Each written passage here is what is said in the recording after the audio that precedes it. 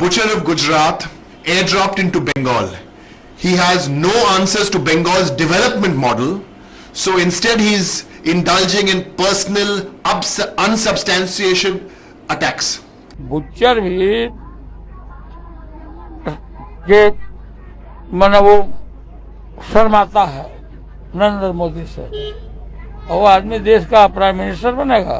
Without discussing the merits of Mr. Narendra Modi, I sincerely believe that it would be disastrous for the country to have Narendra Modi as the Prime Minister.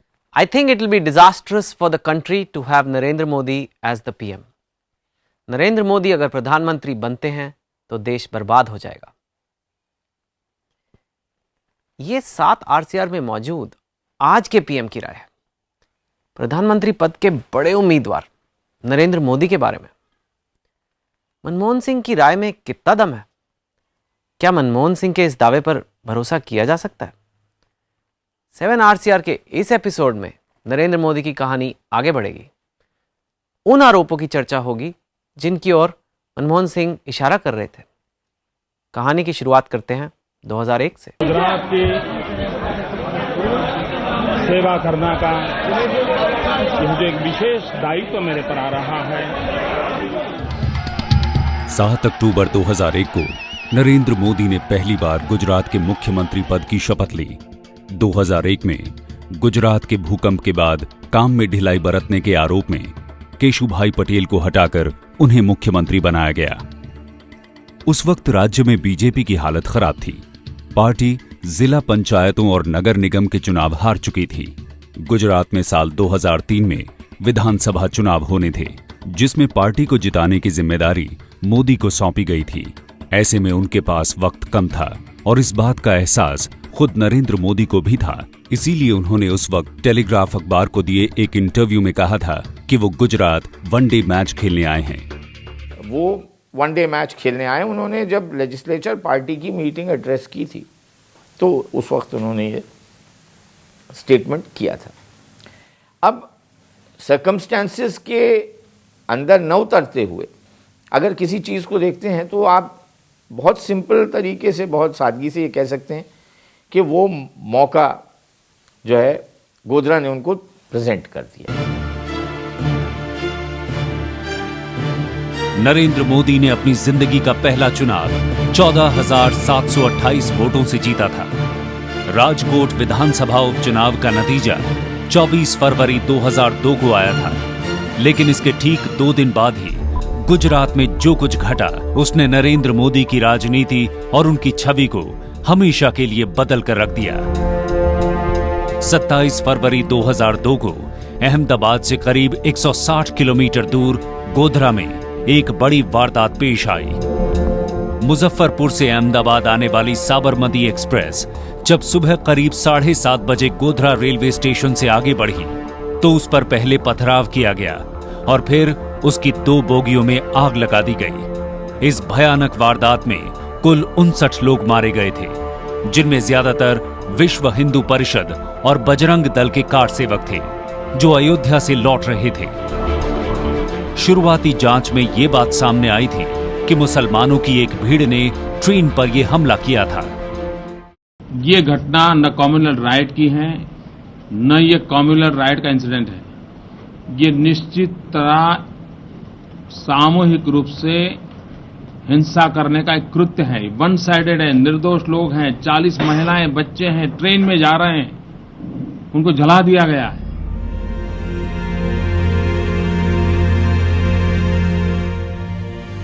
Godhra में हुई उस खौफनाक वारदात के अगले ही दिन 28 फरवरी 2002 को गुजरात में सांप्रदायिक तनाव फैलने लगा था। गोधरा कांड के बाद अहमदाबाद समेत राज्य के कई इलाकों में दंगे भड़क उठे। गुजरात दंगों की इस आग में कई दिनों तक सुलगता रहा। दंगों के दौरान सरकारी आंकड़ों में मरने वालों की तादाद 1266 दर्ज है, जिनमें से 70% से ज्यादा मुसलमान थे।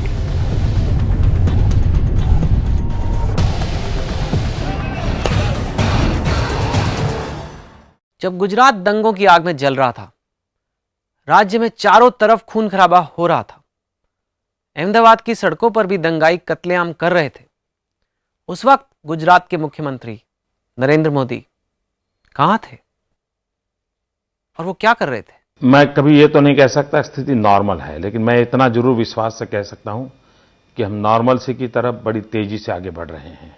लेकिन उसके बावजूद सर डेथ टोल तो बढ़ रहा है। आपने कल आपने कहा था 137 था, अब 300 की तरफ गया है, 300 से आगे भी जाएगा। तो जब डेथ टोल बढ़ रहा है तो आप कैसे कह सकते हैं कि सिचुएशन नॉर्मलसी की तरफ बढ़ रही है? पहली बात है अहमदाबाद। आज अहमदाबाद में मृत्यु का फिगर भी बहुत कम है। छुटपुट घटनाएं कहीं न कहीं हो रही हैं, लेकिन ज्यादातर लोग पुलिस फायरिंग में मर रहे हैं और सरकार किसी भी हालत में दंगाइयों को अवसर देने के पक्ष में नहीं है। इसलिए हम कठोर कार्रवाई उठा रहे हैं। पुलिस फायरिंग में काफी लोग मारे जा रहे हैं। नरेंद्र मोदी पर यह आरोप लगते रहे हैं कि 2002 के गुजरात दंगों के दौरान अहमदाबाद के गुलबर्ग सोसाइटी और नरोडा पाटिया इलाके में मुसलमानों पर हो रहे हमलों के बारे में वो पहले से जानते थे।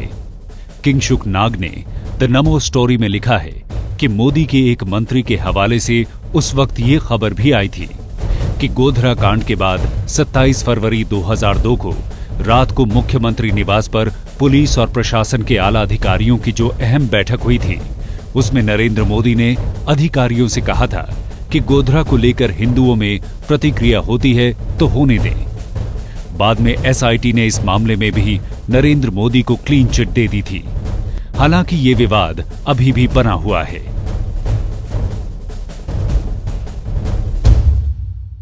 सब सुनने के बाद उनका ये कहना था ये डिसीजन ऑलरेडी ले लिया गया है और लोगों में बहुत गुस्सा है, ये गुस्सा निकलने देना पड़ेगा।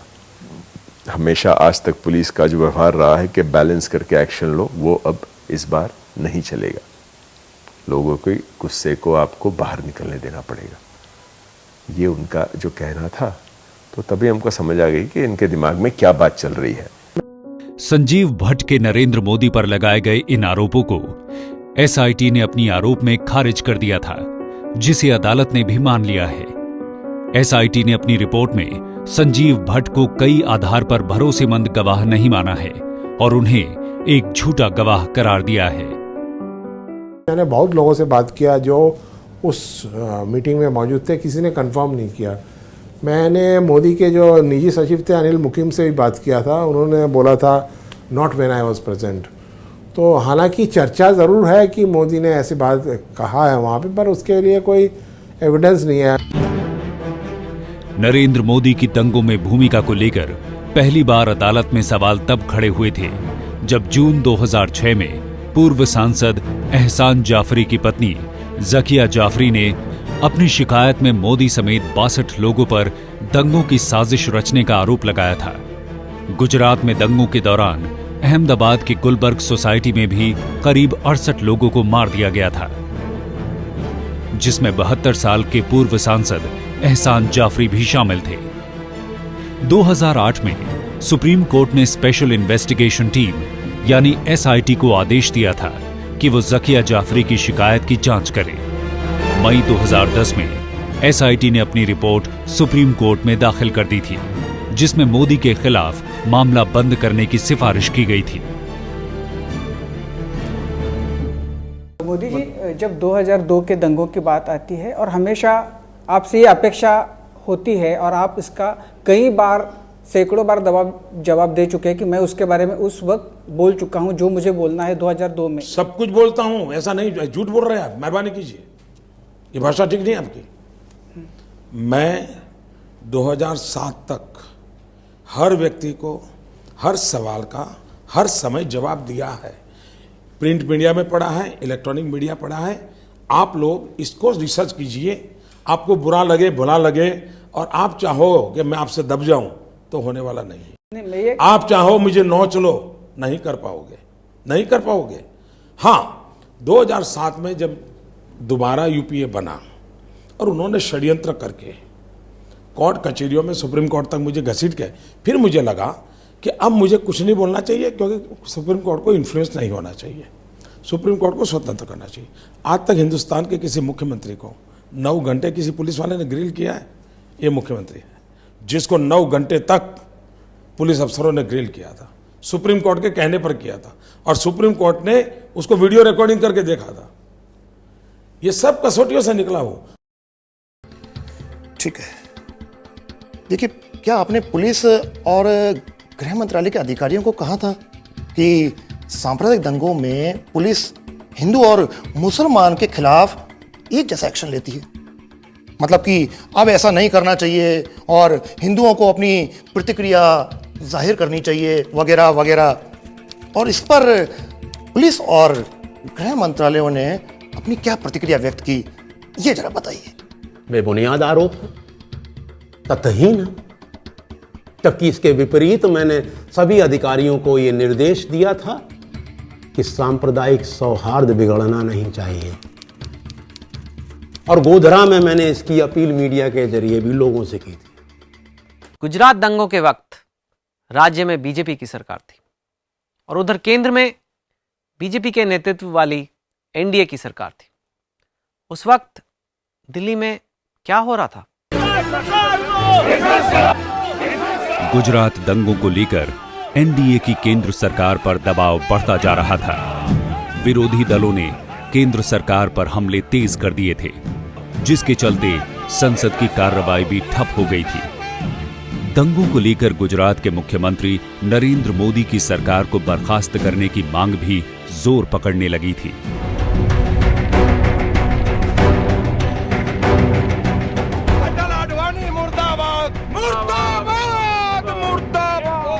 जानकारी होते हुए गोधरा के पहले ये इंटेलिजेंस फेलियर जो रहा और उसके बाद जो कदम उठाने थे, इन्होंने कदम नहीं उठाए, सही कदम नहीं उठाए। इसलिए हमारी मांग है कि एल.के. आडवाणी जी का भी इस्तीफा होए। गुजरात दंगों को लेकर जब अंतर्राष्ट्रीय स्तर पर भी चर्चा होने लगी तो राष्ट्रपति के.आर. नारायणन ने प्रधानमंत्री वाजपेयी को खत लिखकर अपनी चिंता जाहिर की। उसके बाद ही 4 अप्रैल 2002 को, यानी दंगों के करीब महीने भर बाद, प्रधानमंत्री अटल बिहारी वाजपेयी ने गुजरात का दौरा किया। विदेशों में हिंदुस्तान की बहुत इज्जत है, उनमें मुस्लिम देश भी शामिल हैं, मगर जाने के पहले मैं सोच रहा हूं मैं कौन सा चेहरा लेकर जाऊंगा। उस वक्त दंगा पीड़ितों से धर्म के आधार पर भेदभाव की खबरें भी आई थीं। इसीलिए दौरा खत्म करने के बाद देर शाम दिल्ली लौटते समय वाजपेयी ने पत्रकारों से बात करते हुए एक सवाल के जवाब में मोदी से राजधर्म निभाने की अपील भी की थी। वाजपेयी ने उम्मीद जताई थी कि मोदी जाति, मजहब और नस्ल के आधार पर भेद नहीं करते हुए अपना राजधर्म निभाएंगे। चीफ मिनिस्टर के लिए मेरा एक ही संदेश है कि वो राजधर्म का पालन करें। राजधर्म,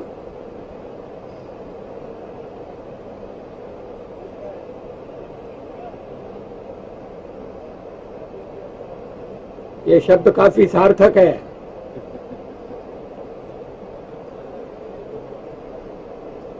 मैं उसी का पालन कर रहा हूं, पालन करने का प्रयास कर रहा हूं।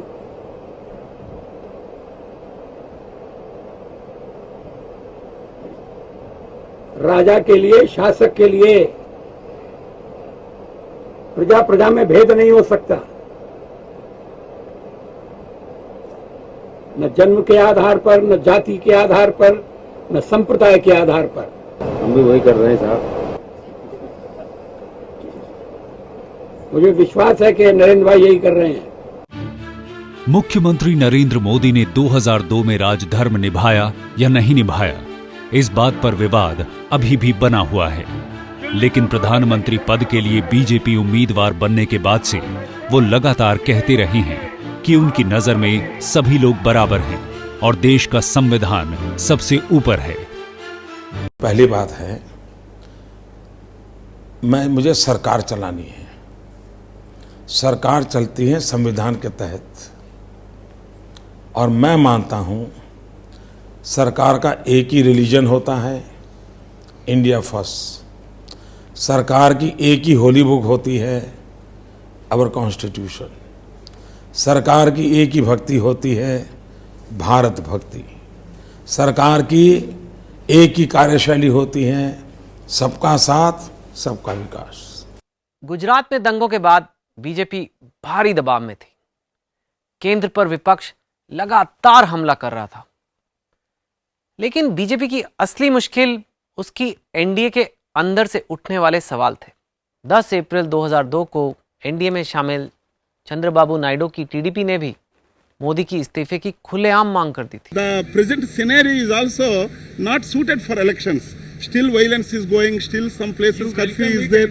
No, naturally this is our demand. Naturally if they accepted that demand means naturally any political party welcomed that. But the main one is the Narendra Modi's resignation, change of leadership. I do not think there is any valid reason for advancing the elections. What is required is a change of government. It is up to the central government, up to the BJP to take the necessary steps. In the interest of the nation, they should take necessary steps.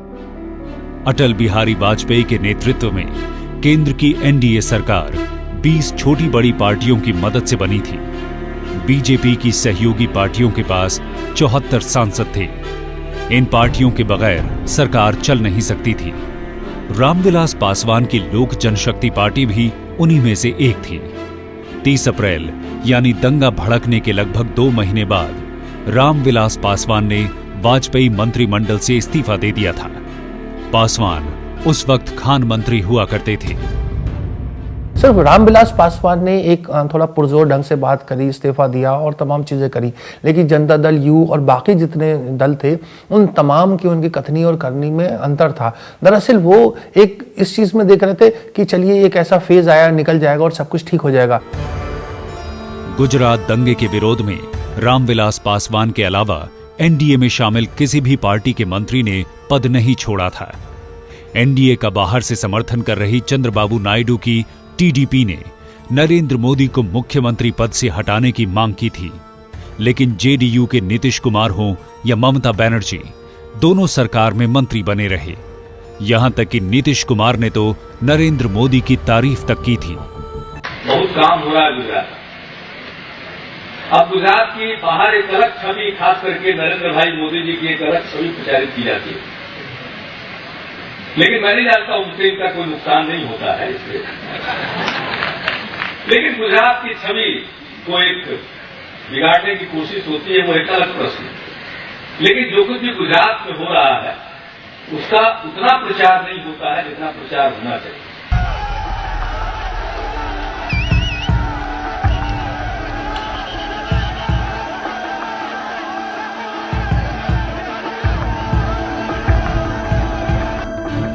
दिसंबर 2002 में गुजरात विधानसभा के चुनाव हुए। इसमें नरेंद्र मोदी को 127 सीटें मिली, BJP को 49.85 vote मिले। कांग्रेस के हाथ सिर्फ 51 सीटें लगी, उसे 39.55% वोट मिले। लेकिन सबसे खास बात यह थी कि अहमदाबाद के सरदार पटेल स्टेडियम में मोदी के शपथ ग्रहण समारोह में प्रधानमंत्री अटल बिहारी वाजपेयी भी शरीक हुए। मोदी का कद अब पार्टी में और ज्यादा बढ़ गया था। मोदित्व और हिंदुत्व एक दूसरे के पर्याय हो गए थे। लेकिन 2002 में 127 विधायकों की ताकत से लैस होकर मुख्यमंत्री नरेंद्र मोदी ने जब विकास की राह पर अपने कदम आगे बढ़ाने शुरू किए, तब भी उनके सामने गुजरात दंगों की वही दीवार आ खड़ी हुई थी। There is enough evidence by now to show that the Gujarat government actively connived in the slaughter of innocent men, women and children last year in Gujarat. इस पूरे इवेंट को आप हाईजेक करने में सफल हो गए हैं, and I must congratulate you. Number 2, आप एक बड़े जागरूक सिटीजन हैं। There is no justice in Gujarat. भैया सुनना पड़ेगा, डेमोक्रेसी में सुनना पड़ेगा। मैं आपको इनवाइट करता हूँ, आप एक गुजरात में जो भी आपको देश में अच्छी कोर्ट लगे, आप मेरे खिलाफ एक पीआईएल दाखिल कर दीजिए और जस्टिस के माध्यम से मुझे फांसी के तख्त पर चढ़ा दीजिए। मैं आपका बहुत आभारी रहूंगा। 19 जनवरी 2003 confederation of Indian industries CII की मीटिंग चल रही थी। इस मीटिंग में नरेंद्र मोदी को भी बुलाया गया था। साथ में थे बड़े बड़े बिजनेसमैन, इंडस्ट्रियलिस्ट। उम्मीद यही थी कि इसमें गुजरात में इन्वेस्टमेंट के बारे में बात होगी, बिजनेस की बात होगी, लेकिन इन बातों के साथ एक और बात उठी, वो थी गुजरात दंगों की बात। मुंबई में सीआईआई की राष्ट्रीय परिषद की यह बैठक उस वक्त नाकामी के साथ खत्म हुई जब ऑक्सफोर्ड में पढ़े एक इतिहासकार बानाजी जयरस इस बैठक में दाखिल हुए। मुख्यमंत्री मोदी की मौजूदगी में ही बानाजी सीआईआई प्रमुख पर बरस पड़े। दंगों को लेकर सवाल थे, इसीलिए नरेंद्र मोदी ने अपने लिए नई तरह की राजनीतिक जमीन तैयार करनी शुरू की। गुजरात में मोदी ने विकास की राजनीति को अपना हथियार बनाया और इसके लिए उन्होंने सबसे पहले गुजरात के कॉरपोरेट जगत को अपने साथ किया। मोदी ने उनके सहारे विकास का एक नया मॉडल सामने रखा जिसे नाम दिया गया वाइब्रेंट गुजरात। हिंदू हृदय सम्राट तो आप बन गए, बट आगे चल के आपको जो टर्न मारने थे, जो चीजें लेनी थी, कुछ तो आपको दिखाना पड़ेगा। ये तो हो गया। तब उन्होंने वाइब्रेंट गुजरात इन्वेस्टर समिट और ऐसी कई चीजों को उठाया। उनको चेंज चाहिए था, उनको अपनी इमेज को भी थोड़ा सा वो करना था, तो थोड़ा सॉफ्ट करना चाहते थे। 2003 में वाइब्रेंट गुजरात की पहली समिट कराई गई थी जिसमें गुजरात सरकार के निवेशकों के साथ 80 समझौते हुए थे। राज्य में 66,000 करोड़ रुपए के निवेश के प्रस्ताव भी आए थे। 2007 की वाइब्रेंट गुजरात समिट में निवेशकों को लुभाने के लिए मुख्यमंत्री नरेंद्र मोदी ने उद्योगपतियों का एक प्रतिनिधि मंडल दुनिया भर में भेजा। इस बार मोदी का संदेश साफ था, गुजरात में no red tape, only red carpet. Gujarat के अंदर इन्वेस्टमेंट के लिए कैसे अवसर है, इन सारी विषयों से उनसे परिचित कराऊंगा। उनको आग्रह करूंगा कि वे गुजरात आए, गुजरात के दर्शन करें और फिर निर्णय करें गुजरात में इन्वेस्टमेंट किस क्षेत्र में वो करना चाहते हैं। Modi's model of development is to encourage economic growth, from there to tap large amount of taxes and deploy them for social development. Our social development has taken place through infrastructure and supportive policies. Vibrant Gujarat की चौथी summit 2009 में हुई। इस बार 12 लाख करोड़ रुपए के निवेश के प्रस्ताव आने का दावा किया गया था। हालांकि इन दावों की हकीकत को लेकर सवाल भी खड़े होते रहे हैं। इस वक्त तक गुजरात विकास मॉडल की देश भर में चर्चा होने लगी थी। बड़े उद्योगपति और कॉरपोरेट्स भी मुख्यमंत्री मोदी का गुणगान करते नजर आ रहे थे। यहां तक कि उन्हें भविष्य का प्रधानमंत्री तक बताया जाने लगा था। One Narendra Bhai can do so much for Gujarat. Imagine what is the possibility for India by having Narendra Bhai as the next leader of India. आप जब वाइब्रेंट गुजरात को मार्केट कर रहे थे तो आप साथ में as a part of the agenda Narendra bhai भी मार्केट हो रहे थे। गुजरात में नरेंद्र भाई के आने के बाद किसी बड़े नेता के पोस्टर आपको गुजरात में दिखाई नहीं देते। वाइब्रेंट गुजरात समिट की शुरुआत 2003 में की गई थी और साल 2009 आते आते मोदी की इमेज निवेश के चैंपियन के तौर पर बन चुकी थी। लेकिन मोदी के वाइब्रेंट गुजरात को नैनो कार के तौर पर एक प्रतीक उस वक्त मिला जब देश के भरोसेमंद ब्रांड टाटा ने गुजरात में अपनी फैक्ट्री लगाने का फैसला किया। दरअसल टाटा ग्रुप पश्चिम बंगाल के सिंगूर में अपनी 1 लाख रुपए वाली सस्ती कार नैनो का कारखाना लगा रहा था, लेकिन वहां किसानों के विरोध की वजह से उसे उस वक्त सिंगूर छोड़ना पड़ा था जब किसानों के आंदोलन में तृणमूल कांग्रेस नेता ममता बनर्जी भी कूद पड़ी।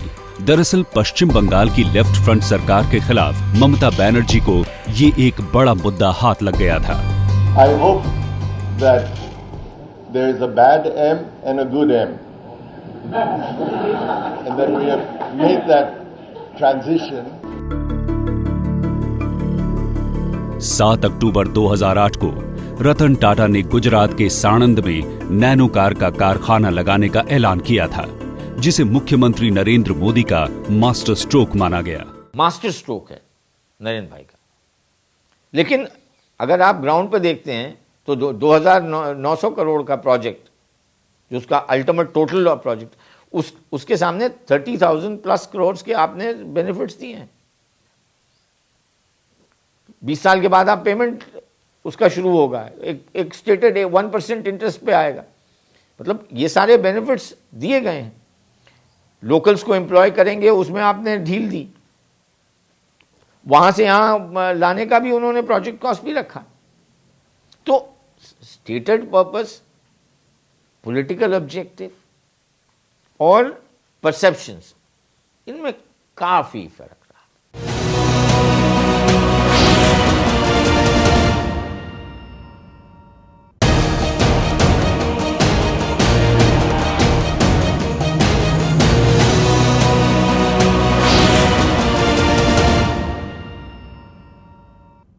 वाइब्रेंट गुजरात की कहानी अब काफी आगे बढ़ चुकी थी। टाटा के बाद मारुति और फोर्ड जैसी बड़ी ऑटोमोबाइल फैक्ट्रीज ने भी गुजरात में अपने कारखाने लगाने का फैसला कर लिया था। पहले अपना प्रोजेक्शन, खुद का प्रोजेक्शन खूब किया। आप गुजरात में जा ही नहीं सकते अगर आप हर कोने, हर गली, हर बस स्टैंड, हर पान वाले की दुकान, सब जगह नरेंद्र मोदी के फोटो मिलेंगे। फिर ये लिबरल इकोनॉमिक पॉलिसी, जो एक्चुअली मनमोहन सिंह की पॉलिसी को उठा के उसकी जो सही पहलू है उसको लेके खुद गुजरात में उन्होंने इम्प्लीमेंट किया। और तीसरा, उन्होंने सबड्यूड हिंदुत्व चालू रखा, कि जिसमें वो खुद हिंदुत्व प्रोजेक्ट नहीं कर रहे थे, पर उसके पार्टी और उसके आजू बाजू वाले उनकी हिंदुत्व की प्रोजेक्शन करते थे। उसमें उनको मीडिया का साथ मिल गया। 9 साल की मेहनत के बाद ब्रांड मोदी अब गुजरात में चमकने लगा था। इसी बीच गुजरात में 9 बड़े दंगों की जांच कर रही एसआईटी ने जब मुख्यमंत्री नरेंद्र मोदी को क्लीन चिट दे दी, तो 17 सितंबर 2011 को अपने जन्मदिन के मौके पर मोदी सद्भावना मिशन पर निकल पड़े। क्या ये छवि बदलने की कोशिश है? मेरी छवि को क्या हुआ है कि भाई बदलने की कोशिश करनी पड़े? जो लोग मुझे जानते हैं उनको मालूम है कि मस्तराम फकीर आदमी है, ये वर्कोहॉलिक है, ये गुजरात के लिए पागल की तरह काम करता रहता है, और यही छवि है। अब उसको बदलने की क्या जरूरत है? लेकिन नरेंद्र मोदी की इस सद्भावना यात्रा को लेकर उस वक्त विवाद खड़ा हो गया, जब एक मुस्लिम धर्मगुरु से उन्होंने टोपी पहनने से इनकार कर दिया। कि मैं मेरी परंपराओं का पालन करता हूं, मैं सबकी परंपरा का आदर करता हूं।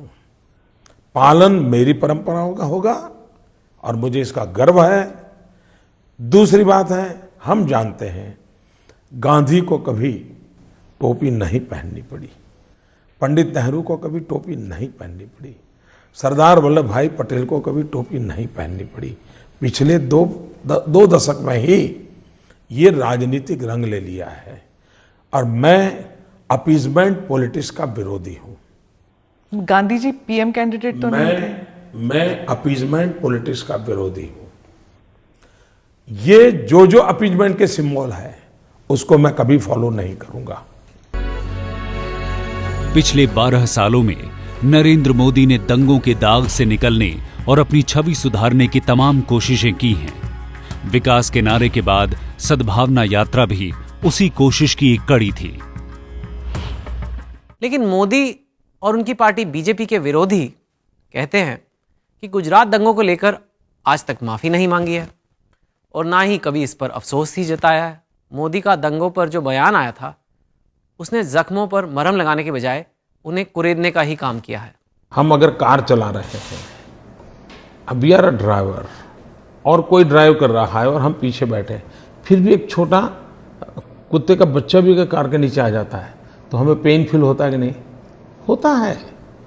मैं अगर मुख्यमंत्री हूं या नहीं हूं, मैं एक इंसान हूं, कहीं पर भी कुछ बुरा होगा तो दुख होना बहुत स्वाभाविक है।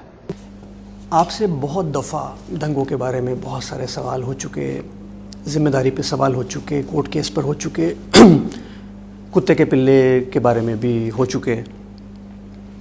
एक सवाल मेरा थोड़ा सा अलग कि किसी भी राज्य में किसी भी नागरिक की जान जाती है तो अंततः जिम्मेदारी मुख्यमंत्री की होती है, नैतिक जिम्मेदारी होती है। वो जिम्मेदारी आप लेते हैं? देवन से ली है, मेरे विधानसभा भाषण है, मेरे सब इंटरव्यू में है, अवेलेबल है। बस मेरी प्रार्थना है रिसर्च कर दीजिए, सब कुछ अवेलेबल है। आप जो चाहते हैं वो जवाब उसी शब्दों में है। ऐसा लगता है कि एक ऐसा समय आया जब आपने मुस्लिम समुदाय से संपर्क बढ़ाने की कोशिश की। पहली बात है, मेरी जिम्मेवारी है गुजरात के मुख्यमंत्री के नाते 6 करोड़ नागरिकों से जितना जुड़ सकूं उतना जुड़ना चाहिए। और इन दिनों मुझे देश की जिम्मेवारी मिली है तो एड़ी चोटी का जोर लगा करके 125 करोड़ के तक पहुंचने की कोशिश करता हूं। उसमें मुस्लिम समुदाय भी शामिल है। मैं ये आपकी टर्मिनोलॉजी, इस टर्मिनोलॉजी में कभी जाने वाला नहीं हूं। अब रस्सी बांध करके मुझे ले जाओगे तो भी नहीं ले जा पाओगे। मैं मेरे देशवासियों को मिलूंगा, मैं एक ही भाषा समझता हूं, ये मेरे भारतवासी हैं, ये मेरे भाई हैं।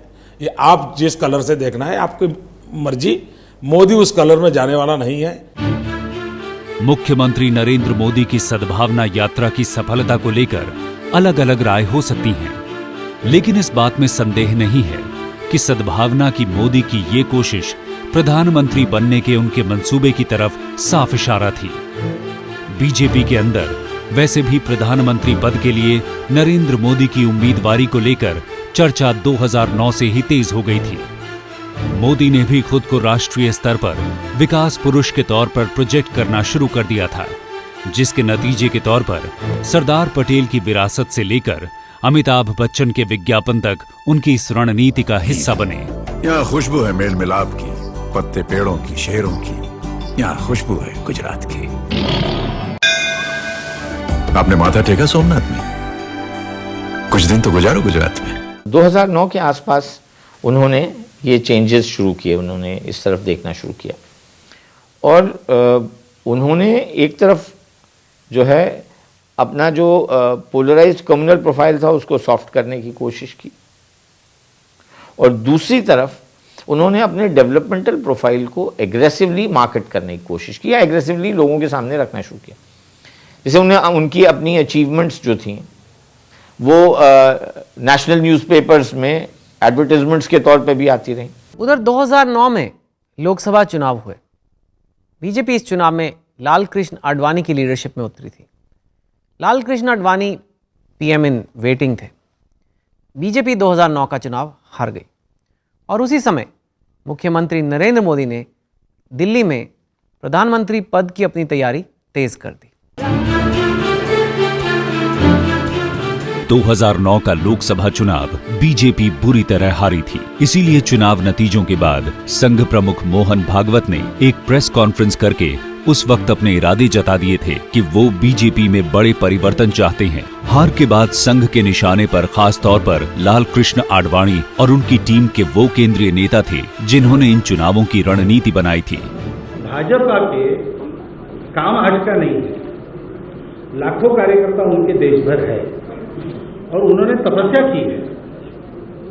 इसके चलते उनकी पुण्य काम करेगी, ऐसे होता नहीं है। इतने नीचे तक गहराई तक वो काम गया है, गांव-गांव में लोग मिलते हैं। अब अगर गांव में कोई व्यक्ति भाजपा के लिए आंखों में आंसू लेके खड़ा है तो उस पार्टी का पतन नहीं हो सकता। जितना होना है उतना होने के बाद भी it will rise from the ashes also. राष्ट्रीय स्वयंसेवक संघ ने बीजेपी की हार के लिए बीजेपी नेताओं की रणनीति को जिम्मेदार ठहराया था। संघ का कहना था कि चुनावी जंग मैदान में लड़ी जाती है, जबकि ये चुनाव एयर कंडीशन्ड कमरों में बैठकर लड़े गए। बीजेपी की हार के बाद ये भी तय किया गया था कि अब पार्टी की कमान आडवाणी नहीं बल्कि कोई और संभालेगा। लेकिन तब संघ के आगे भी ये सवाल खड़ा था कि आडवाणी के बाद आखिर किसे बीजेपी की कमान सौंपी जाए। नरेंद्र मोदी का ब्रांड इक्विटी जो है वो ब्रांड इक्विटी के सामने ना राजनाथ है ना नितिन गडकरी है। बीजेपी का जो अपना कॉन्स्टिट्यूएंसी है उसमें तो नरेंद्र मोदी नंबर 1 ब्रांड है। तो इसीलिए आरएसएस ने भी कॉम्प्रोमाइज किया। उनके जो यस मैन लॉयलिस्ट को छोड़ के ऐसे एक बंदा का जिसका ब्रांड है जिसके साथ वर्किंग रिलेशनशिप को सुधारा और आगे बढ़ाया, तो इसमें मुझे लगता है it is not only the issue of sycophancy and the loyalty, but it's a issue जहां भाजपा और आरएसएस मिल के तय किए हैं कि tactically Narendra Modi will be the best bet. 2009 से 2012 के बीच गुजरात में ब्रांड मोदी तेजी से चमका और 2012 के विधानसभा चुनाव में जीत की हैट्रिक लगाने के बाद तो नरेंद्र मोदी का पार्टी में कद और भी ज्यादा बड़ा हो गया।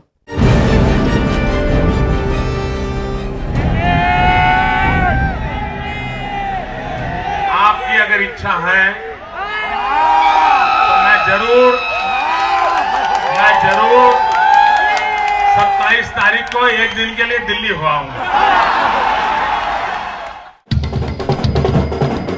दिसंबर 2012 का वो दिन जब गुजरात विधानसभा चुनाव में नरेंद्र मोदी की जीत ने देश का मिजाज अचानक बदल दिया था। नरेंद्र मोदी ने ये चुनाव इस संदेश के साथ भी लड़ा था कि इस बार वोट उन्हें मुख्यमंत्री नहीं बल्कि प्रधानमंत्री बनाने के लिए है। यही वजह है कि चुनाव प्रचार के दौरान भी वो अपने भाषणों में केंद्र की यूपीए सरकार को ही निशाने पर ले रहे थे। ये विजय हिंदुस्तान के उन नागरिकों का है जो विकास के लिए, सुख के लिए सदियों से तड़पते आए हुए हैं। जो सांप्रदायिक स्थितियां थीं या जो इन मुठभेड़ हत्याएं थीं वो उनका पीछा कर रही थीं, और इसीलिए मुझे ऐसा लगता है कि शायद उन्होंने विकास को काफ़ी महत्व दिया, सो दैट कि जो चीज़ें उनका पीछा कर रही थी पहले से, जो निगेटिव थी उनके लिए, जो उनकी राजनीति को, उनकी शख्सियत को और उनकी राजनीतिक बड़ी महत्वाकांक्षा को उनके आड़े आ रही थी, उनको वो काउंटर कर सकें और कुल मिलाकर ये कहा जा सके कि वो विकास पुरुष हैं।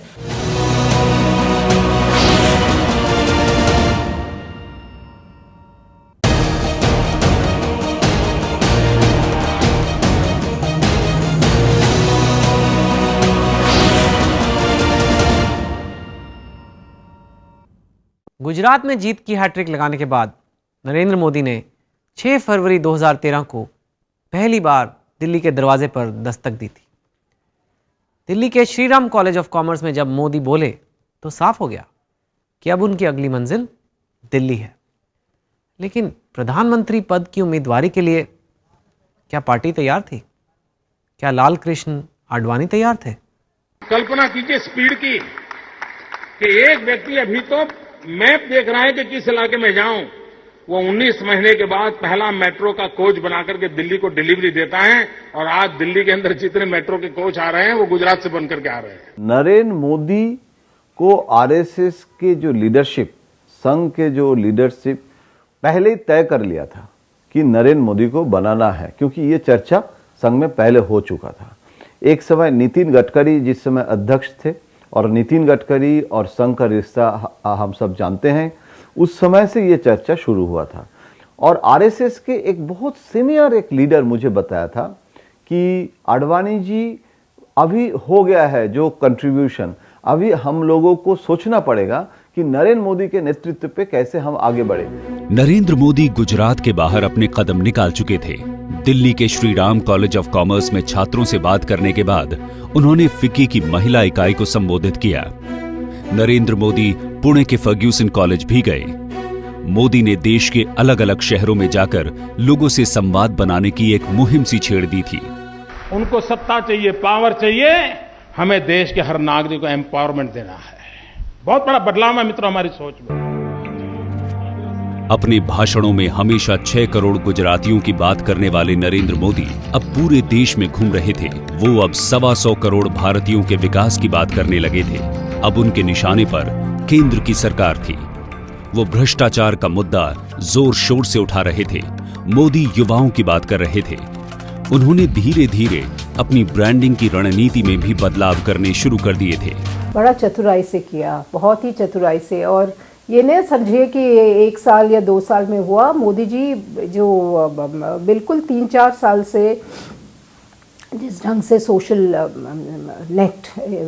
सोशल मीडिया का इस्तेमाल किया, और जो वाइब्रेंट गुजरात के सम्मेलन हैं उनमें उनका प्रोजेक्शन किया, इंटरनेशनल प्रोजेक्शन, और ठीक है, अमेरिका अभी भी उनको वीज़ा देने में राज़ी नहीं है, लेकिन अमेरिका को छोड़ के बाकी जितने भी विकसित देश हैं उनके साथ संबंध बनाना, सब कुछ एक बहुत सोची समझी रणनीति अडॉप्ट करके उन्होंने अपना पूरा वो प्लान किया। गुजरात के गांधीनगर में MBA और IT विशेषज्ञों की एक पूरी फौज दिन रात ट्विटर, फेसबुक जैसी सोशल साइट्स पर ब्रांड मोदी को प्रमोट करने में जुटी रहती है। इस तरकीब से जब नरेंद्र मोदी देश के गली मोहल्लों में चर्चा का विषय बन गए, तो उसके बाद बीजेपी ने भी जून 2013 में उन्हें केंद्रीय चुनाव अभियान समिति का अध्यक्ष बनाकर अपना संदेश साफ कर दिया।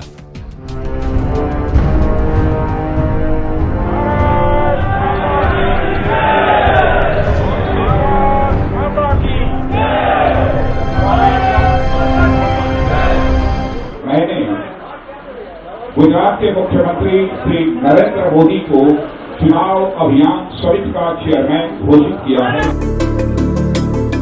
नरेंद्र मोदी को चुनाव अभियान समिति का अध्यक्ष बनाए जाने का बीजेपी नेता लालकृष्ण आडवाणी विरोध कर रहे थे। इसी वजह से वो और उनके समर्थक गोवा में बीजेपी राष्ट्रीय कार्यकारिणी की बैठक में भी नहीं आए थे। लेकिन आडवाणी के कड़े विरोध के बावजूद मोदी ने पार्टी का दिल्ली किला जीत लिया था।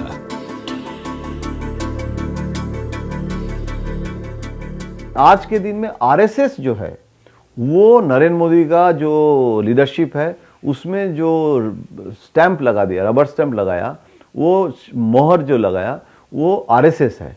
और वो आरएसएस के साथ जो रिश्ता ठीक किया है उसके कारण भाजपा में वर्किंग रिलेशनशिप सबके साथ ठीक किया है। और सेकेंड जनरेशन, फर्स्ट जनरेशन में समस्या है, लेकिन भाजपा में second generation, third generation and workers, उसका जो मॉरल जो सैंक्टिटी, वो जो अथॉरिटी, वो नरेंद्र मोदी के लिए है। भारतीय जनता पार्टी के सभी वरिष्ठों ने मुझे बनाया है, एक प्रकार से मेरा मोल्डिंग किया है। गुजरात से निकलकर नरेंद्र मोदी चुनाव अभियान समिति का अध्यक्ष बनने में तो कामयाब रहे थे, लेकिन आडवाणी के विरोध ने उनकी छवि को पार्टी में ही विवादित भी बना दिया था। मोदी के विरोध में आडवाणी यही नहीं रुके, बल्कि 10 जून को उन्होंने पार्टी के सभी अहम पदों से इस्तीफा भी दे दिया था। लेकिन उनका ये विरोध 24 घंटे भी टिक नहीं सका। हम लोगों के अनुरोध पर उन्होंने हम लोगों का अनुरोध स्वीकार किया और साथ ही राष्ट्रीय स्वयंसेवक के सरसंघचालक जी से आज उनकी बातचीत हुई है और उसके पश्चात उन्होंने यह फैसला किया है जो भी पार्टी का निर्णय होगा उसे मैं मानूंगा। ये पहला मौका था जब आरएसएस को भी सीधे तौर पर खुलकर बीजेपी के इस मामले में दखल देना पड़ा, क्योंकि वो नहीं चाहता था कि मोदी की राह में कोई भी रुकावट आए। खुद संघ प्रमुख मोहन भागवत ने भी मोदी के लिए मोर्चा संभाला और आडवाणी से फोन पर बात कर उन्हें समझाने की कोशिश करते रहे। लेकिन इन सारी कोशिशों के बावजूद आडवाणी की नाराजगी पूरी तरह दूर नहीं हुई थी। 2 महीने बाद अगस्त 2013 में आडवाणी ने मध्य प्रदेश के मुख्यमंत्री शिवराज सिंह की जमकर तारीफ की, जिसे नरेंद्र मोदी पर आडवाणी का पलटवार माना गया था। नरेंद्र भाई मोदी को मैं कहता हूं कि गुजरात तो पहले भी स्वस्थ था, उसको आपने उत्कृष्ट बना दिया है, इसके लिए आपका अभिनंदन। लेकिन मध्य प्रदेश और छत्तीसगढ़, बीमारू प्रदेश, उनको स्वस्थ बनाना और स्वस्थ ही नहीं ऐसी स्थिति लाना कि मन में इच्छा हो कि भारत में ही नंबर 1 न बने लेकिन विश्व में भी उसकी गिनती होने लगे, यह जो स्थिति लाई है इसके लिए मैं शिवराज जी का बहुत बहुत अभिनंदन करता हूं।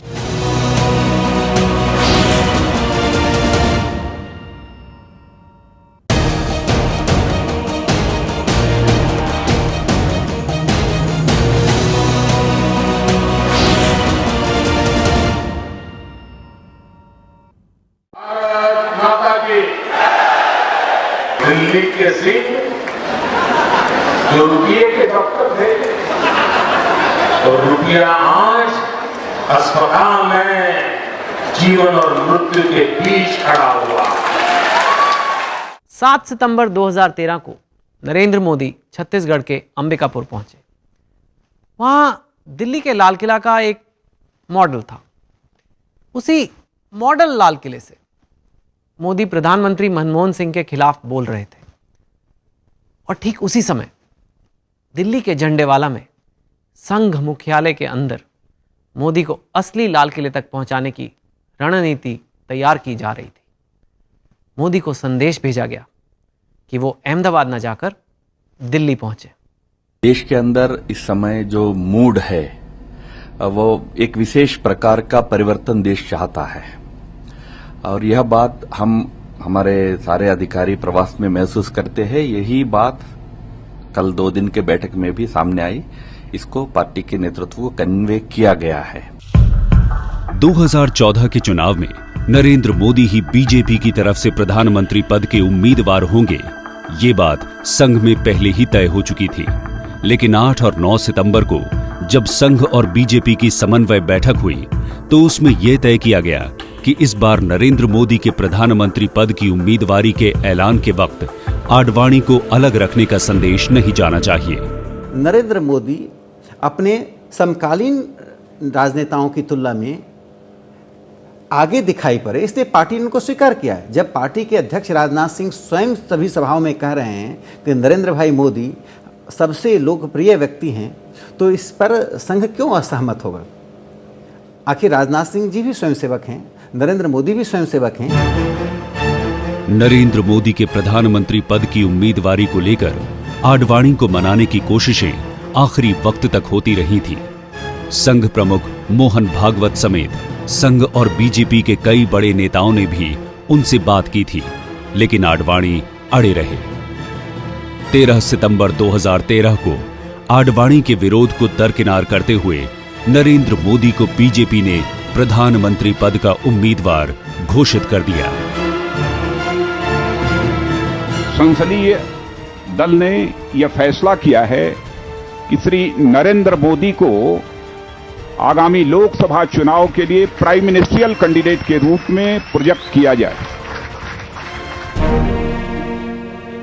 नरेंद्र मोदी ने पार्टी का किला तो जीत लिया, लेकिन उनकी उम्मीदवारी के ऐलान से पहले ही उनके एक सहयोगी दल जेडीयू ने बीजेपी से नाता तोड़ लिया था। बिहार में जेडीयू और बीजेपी की गठबंधन सरकार थी और राज्य से बीजेपी के पास 12 लोकसभा सीटें भी हैं। इसलिए नीतीश कुमार के अलग होने से बीजेपी को तगड़ा झटका लगा है।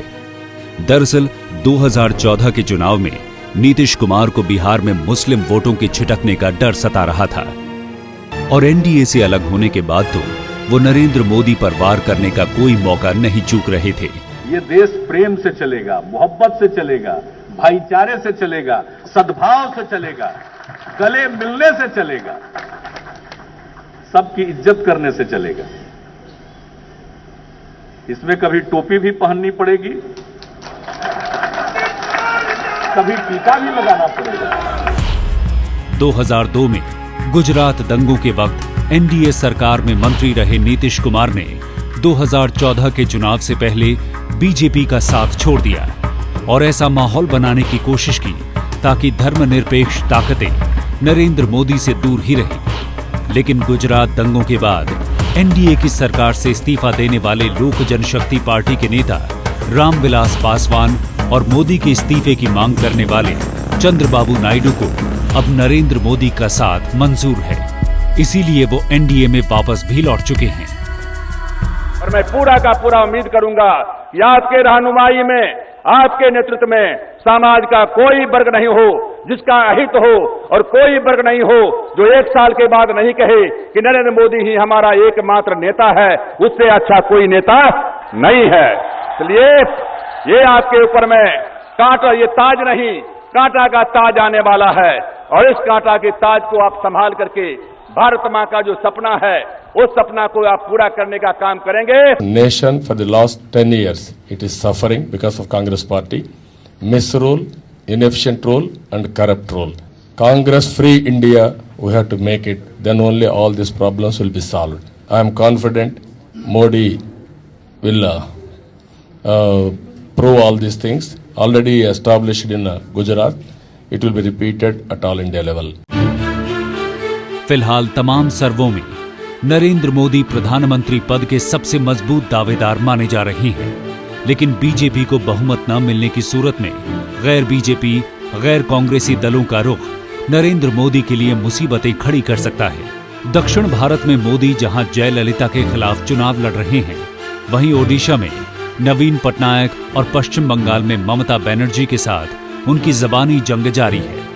खास बात यह है कि ये वो क्षेत्रीय पार्टियां हैं जो कभी एनडीए की घटक रही हैं, लेकिन मौजूदा चुनाव में नरेंद्र मोदी के विरोध में खड़ी नजर आ रही हैं। मैं हैरान हूं ममता जी, बिहार के लोग यहां आते हैं, वो आपको पराये लगते हैं। उड़ीसा के लोग आते हैं, आपको पराये लगते हैं। कोई मारवाड़ी यहां आए, आपको बुरा लगता है, और बांग्लादेशी आ जाए, वाह, आपके चेहरे पर क्या चमक आ जाती है। पिछले कुछ दिनों में हम देख रहे हैं कि जिनका आपके साथ व्यक्तिगत अच्छे संबंध है, ऐसे लोगों के ऊपर भी अब आप निशाना साध रहे हैं, जैसे कि जयललिता हो, ममता बनर्जी हो, शरद पवार हो। क्या ये कॉन्फिडेंस शुरुआत में नहीं था? जब मैं महाराष्ट्र जाऊंगा तभी तो शरद पवार की बात करूंगा, तमिलनाडु में जाऊंगा तभी तो जयललिता जी की बात करूंगा, बंगाल में जाऊंगा तभी तो ममता जी की बात करूंगा, उड़ीसा में जाऊंगा तभी तो नवीन बाबू की बात करूंगा। तो आप अगर देखोगे मेरा टाइम टेबल, तो मैं जब उस राज्य में गया हूं, पहली बार पहले ही दिन मैंने मेरी सोच प्रकट की है। और दूसरा, लोकतंत्र में ये दोगलापन क्यों? सीधी सीधी बात होनी चाहिए कि भाई चुनाव में हम और जयललिता जी सामने सामने है, चुनाव में बात होनी चाहिए हम और नवीन बाबू आमने सामने है। उसमें देश को गुमराह क्यों करना चाहिए?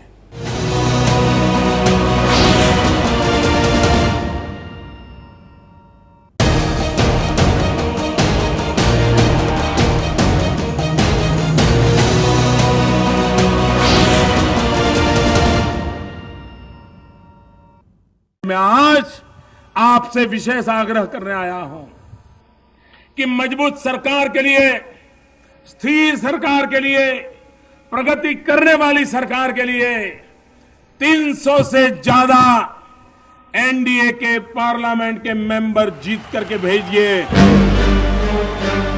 नरेंद्र मोदी अपनी रैलियों में लोगों से 300 कमल मांग रहे हैं, यानी बीजेपी के लिए 300 सीटों का बहुमत, जबकि बीजेपी करीब 427 सीटों पर ही चुनाव लड़ रही है। ऊपर से एनडीए के पूर्व क्षेत्रीय घटक दल उनके खिलाफ चुनावी मैदान में मौजूद हैं। इसीलिए ये सवाल अभी पड़ा है कि क्या 2014 के लोकसभा चुनाव में नरेंद्र मोदी प्रधानमंत्री बन सकेंगे? वैसे भी मिशन 2072 प्लस के सफर में नरेंद्र मोदी की राह में और भी रुकावटें अभी बाकी हैं।